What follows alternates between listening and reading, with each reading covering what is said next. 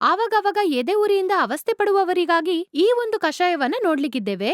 ಈ ಎದೆ ಉರಿಗೆ ಕಾರಣಗಳೇನು ಅಂತ ಕೇಳಿದ್ರೆ, ನೀವು ಹೆಚ್ಚು ಮಾಂಸಾಹಾರ ಸೇವಿಸುವುದು, ರಾತ್ರಿ ಲೇಟಾಗಿ ಊಟ ಮಾಡೋದು, ಹೆಚ್ಚು ಎಣ್ಣೆ ಪದಾರ್ಥಗಳನ್ನ ತಿನ್ನೋದು. ಇದರಿಂದ ಅಜೀರ್ಣ ಸಮಸ್ಯೆ ಉಂಟಾಗಿ ಹೊಟ್ಟೆಯಲ್ಲಿ ಆಸಿಡ್ ಫಾರ್ಮ್ ಆಗುತ್ತೆ.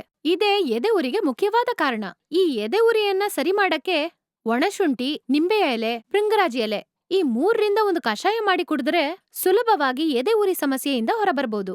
ಈ ಕಷಾಯ ಮಾಡಕ್ಕೆ 2 ಗ್ಲಾಸ್ ನೀರ್ ತಗೊಳ್ಳಿ. ಅದ್ರಲ್ಲಿ 1 ತುಂಡು ಒಣಶುಂಠಿಯನ್ನ ಚೆನ್ನಾಗಿ ಕುಟ್ಟಿ ಹಾಕೊಳ್ಳಿ. 1 ಹಿಡಿಯಷ್ಟು ಭೃಂಗರಾಜಿ ಎಲೆ, 5ರಿಂದ 6ರಷ್ಟು ನಿಂಬೆ ಎಲೆಗಳು ಹಾಕೊಳ್ಳಿ. ಚೆನ್ನಾಗ್ ಅದನ್ನ ಕುದಿಸ್ಕೊಳ್ಳಿ. 2 ಗ್ಲಾಸ್ ನೀರು ಅರ್ಧ ಗ್ಲಾಸ್ ನೀರಷ್ಟು ಆಗ್ಬೇಕು. ಇದನ್ನ ಸೋಸ್ಬಿಟ್ಟು ಬೆಳಗ್ಗೆ ಖಾಲಿ ಹೊಟ್ಟೆಯಲ್ಲಿ ಕುಡೀರಿ.